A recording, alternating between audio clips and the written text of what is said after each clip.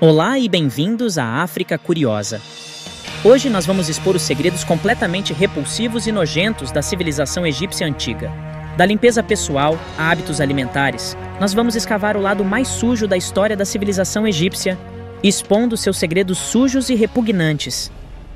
O pastor do traseiro é Henry Reich, que foi o primeiro conde de Holland e amigo íntimo do rei Charles Penguinmay, que era o rei da Inglaterra, Escócia e Irlanda. Ele era o número 2 para Charles I, tanto literalmente quanto figurativamente. Sua amizade foi formada quando Henry conseguiu o cargo mais desejado durante a Idade Média, o ajudante de cômodo do rei. Basicamente, o homem era responsável pelo serviço das necessidades do rei. O cargo envolvia manter a higiene do traseiro do rei, o que significa que eles eram responsáveis por realizar as tarefas de limpeza para o governante. Contudo, tais empregos não eram exatamente uma invenção medieval, e a responsabilidade remonta a milhares de anos atrás. Para seu palpite, a Antiga Egito. Na Idade Média, era como o trabalho de rap, o zelador, mas com salário de lorde. No entanto, na Antiga Egito, o cargo exigia um proctólogo qualificado chamado iri. Eles eram considerados deuses e, portanto, exigiam cuidados intensivos. O iri era um especialista médico que foi designado com o título magnífico de Pastor do Ânus Real. Sim, você ouviu certo. Eu disse ânus, não alteza. O proctologista do tribunal era um Nirupa-i-Hut, que significava guardião do reto real. E seu trabalho era muito mais sofisticado do que o equivalente medieval do cômodo do rei. Mas o Nirupa-i-Hut tinha que administrar enemas para o rei e os membros da família real. Segundo Heródoto e Deodoro Sículos, que eram historiadores gregos, os egípcios antigos eram bastante considerados em relação à higiene de seus traseiros e os enemas eram bastante comuns e aplicados com frequência, mesmo entre as pessoas comuns. Mais uma vez, pois os faraós eram considerados seres divinos no Egito, o trabalho do Nirupa-i-Hut era muito respeitado e desejado, pois eles tocavam os faraós da maneira mais íntima possível, podendo-se dizer que eles estavam realizando uma tarefa divina. Intervenções divinas todos os dias. Um pastor do ânus conhecido era um médico chamado Iranchet, que viveu em torno de 2200 a.C. Seus títulos médicos foram descobertos em uma porta reciclada, que foi encontrada no Poço de Giza. De acordo com as inscrições, eles especializam-se em diferentes áreas. Havia posições da barriga, posições dos olhos e também protetores do ânus. O final traseiro foi considerado importante dentro das crenças médicas egípcias antigas, já que eles acreditavam que a saúde física de um indivíduo influenciava seus sonhos e visões sobrenaturais. Reconhecida como a fonte de Wekadu, uma substância corruptora que tinha que ser removida para curar a doença. O enema também tinha importância na religião egípcia. O mito diz que o enema da deidade Infinity era interessante, pois Thoth é retratado com a cabeça de um íbis, e o pássaro venerado pode ser observado usando seu bico curvo para lavar sua traseira com água. Nós conversamos sobre como os governantes egípcios mentiam sobre o seu peso e aparência em gravuras e através de estátuas. Bem, a consciência corporal dos faraós foi além disso, pois eles queriam comer muito, mas também queriam parecer influenciadores do Instagram.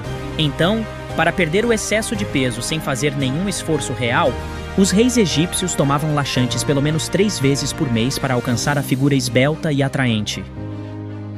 Para atingir o padrão de beleza esbelto e musculoso, os laxantes eram feitos de óleo de ricino e faziam com que eles passassem a maior parte do dia dentro do banheiro. E se isso ainda não o assustou, lembre-se de que esses eram os dias muito antes da existência de esgotos, e os egípcios ainda tinham seus banheiros dentro de casa. Com certeza, você teria que usar uma máscara de gás para entrar naquela casa. Os laxantes se tornaram tão populares como uma solução médica que os egípcios começaram a tomar eles como se fossem aspirinas para todos os problemas. Como um resfriado, tomar um laxante. Sente fome, tomar um laxante.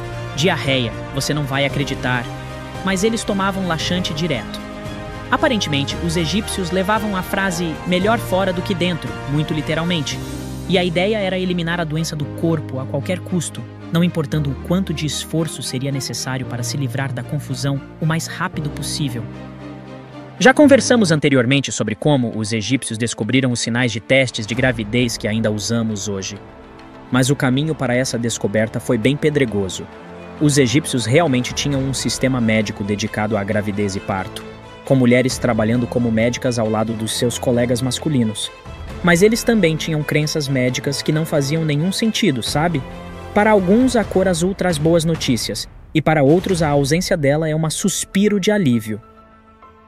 Os egípcios acreditavam que se os grãos de qualquer uma das bolsas germinassem após a urina nele, isso seria um sinal de gravidez dos deuses.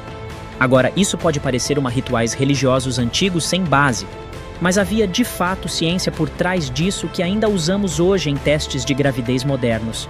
Em 1963, o Instituto Nacional da Saúde realizou um estudo e descobriu que o método dos egípcios antigos era bastante eficaz e funcionava 70% das vezes, o que não é nada mal para uma civilização antiga. Obrigado a Margaret Crane, os testes de autoavaliação de gravidez modernos ficaram disponíveis em 1969, após o estudo. Agora, o que pode estar pensando é por que havia duas bolsas de diferentes grãos? Bem, o teste duplo não era feito apenas para ter certeza de que eles estavam certos. Os egípcios antigos tinham mais ideias. Eles acreditavam que não era apenas uma coincidência que um dos sementes crescesse mais rápido que o outro. Os egípcios antigos tinham certeza de que se o cevada germinasse primeiro, isso significava que a mulher grávida estava tendo um menino. Se a trigo ganhasse a corrida, isso significaria que a mãe estava esperando uma bebê menina. Agora, a questão é: havia alguma ciência por trás desse tipo de festa de revelação de gênero? Os egípcios antigos usaram vários métodos em sua longa história de quase 5.000 anos.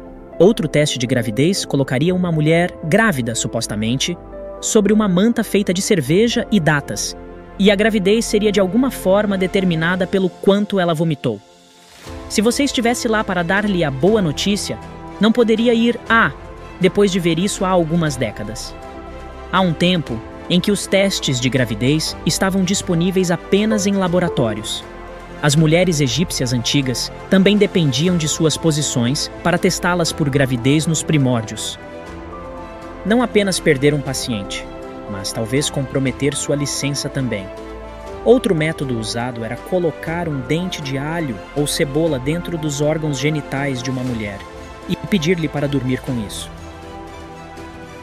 Na manhã seguinte, eles checariam sua respiração e, se o cheiro de alho ou cebola na respiração dela, eles dariam o veredicto de que seus tubos estavam limpos e prontos para ter um bebê. Sim, os médicos egípcios acreditavam que todos os orifícios de um corpo feminino estavam interligados e que a boca das mulheres tinha uma conexão direta com seus órgãos genitais. Se não conseguissem sentir o cheiro da cebolinha na respiração dela pela manhã, eles diriam que ela era estéril. Apesar disso, a verdade era que a infecção por Schistosoma mansoni era endêmica no Egito Antigo e era tão comum que o Egito Antigo considerava sangue na urina uma coisa boa. No Egito Antigo, um homem modelo era aquele cujo corpo era o lar de uma quantidade insalubre de vermes parasitas. A infecção era um problema sério. Não há como negar que o Egito Antigo foi uma civilização bem à frente de seu tempo em muitas coisas, e no modo como ela as fez. Os textos literários e a sabedoria egípcias também propuseram a inferioridade das mulheres, propuseram restrições para elas e também deturparam mulheres de natureza liberal. Além disso, a chamada de gato, sopro e até mesmo a exposição indecente eram práticas maléficas comuns e raramente punidas. Heródoto menciona em seus registros que era comum durante festivais religiosos sagrados que os homens mostrassem seus genitais para as mulheres nas margens do rio Nilo enquanto viajavam em barcos. Isso seria acompanhado de zombaria, apito e provocações. Mesmo em casos de violência e assédio contra as mulheres, era comum culpar, especialmente durante a dinastia ptolemaica. Eles preparavam poções separadas para conquistar a mulher dos seus sonhos, forçar uma mulher a se submeter aos caprichos de um homem, fazer com que uma mulher gostasse de apostar com alguém que não lhe agradava, e havia até mesmo poções para arruinar casamentos alheios por inveja. Obviamente, a eficácia dessas poções poderia ser considerada altamente questionável. As receitas dessas poções eram tão insanas como seus propósitos. Uma delas envolveu combinar caspa de um homem que tinha morrido com grãos de cevada, pipocas de maçã, sangue de um carrapato que mordeu um cachorro preto e o sangue da pessoa que pediu a poção e seu sêmen. Eles vinham em torno das pessoas que estavam trabalhando no palácio do faraó e no tribunal. O tribunal decidiu que todos eles tinham oportunidades suficientes para ouvir o enredo e alertar os guardas. Como não o fizeram, e resultou na morte do faraó, foi decretado que as orelhas de todos fossem cortadas, independentemente de serem ou não conscientes do enredo. Embora injusto, tal precedente espantou as pessoas o suficiente para delatar qualquer preparação criminal que encontrassem em suas redondezas. Os guardas egípcios antigos não jogavam de policial bom e policial ruim em absoluto. Era policial ruim o tempo todo. Era comum eles começarem uma interrogação amarrando o sujeito a uma estaca e baterem suas mãos e pés até que ficassem satisfeitos com as respostas. Mesmo os amigos e parentes dos suspeitos eram sujeitos a tal punição severa. Obviamente, com tal tratamento, era bastante possível que as pessoas confessassem falsamente apenas para parar o tormento. Surpreendentemente, os guardas egípcios antigos reconheciam isso. Por isso, eles investigavam casos e cenas do crime de forma aprofundada, para ter certeza de que prenderiam a pessoa correta. Para testemunhas, o tormento não era apenas físico, mas também psicológico. Que o medo do terror do plano da indústria da múmia.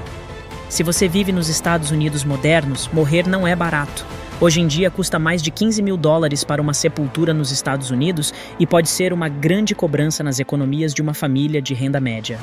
Até a cremation custa cerca de $7.500, então imagine uma nação que estava tão obcecada com a vida após a morte que passou toda a vida preparando-se para ela, e em seguida teve um rito fúnebre elaborado para preservar seu corpo por centenas de anos. As coisas mudaram muito sob a dinastia ptolemaica. Esse preço pode ter sido inflacionado. O custo dos suprimentos de múmia hoje, incluindo linho, carbonato de sódio decaidratado, também conhecido como sal natron, resina e incenso, custaria cerca de $3.600, mas ainda não adicionamos o custo do trabalho, que foi o elemento mais intrincado do processo. É justo assumir que ser mumificado hoje custaria cerca de $70.000. Na verdade, hoje em dia, vários negócios realmente mumificam os corpos de pessoas e animais de estimação. Durante a desidratação do corpo, aqueles que eram extremamente pobres, infelizmente, recorreriam apenas a envolturas de tecido e enterravam os mortos na areia do deserto por algumas semanas para secá-los naturalmente, ao contrário dos ricos, que descansariam eternamente em um túmulo pintado com inscrições do Livro dos Mortos, o texto piramidal e o texto do caixão. Os pobres seriam enterrados em sepulturas sem nome em um cemitério. Os egípcios não eram só, mas sim bastante descolados com a fluidez do gênero, e acreditavam que os gêneros não faziam parte da vida após a morte. A mitologia egípcia está repleta de momentos em que muitos deuses mudaram seus gêneros, e eles acreditavam que os humanos mudariam de gênero após a morte. Como as mulheres eram consideradas socialmente inferiores aos homens, as mulheres com vidas realizadoras eram consideradas transformadas em homens após a morte. Isso foi um resumo do vídeo 13 coisas absurdas e repugnantes sobre o Egito Antigo. Obrigada por assistir e não se esqueça de curtir e compartilhar o vídeo. E é claro, não deixe de pressionar o botão de inscrição para assistir a mais vídeos incríveis como este.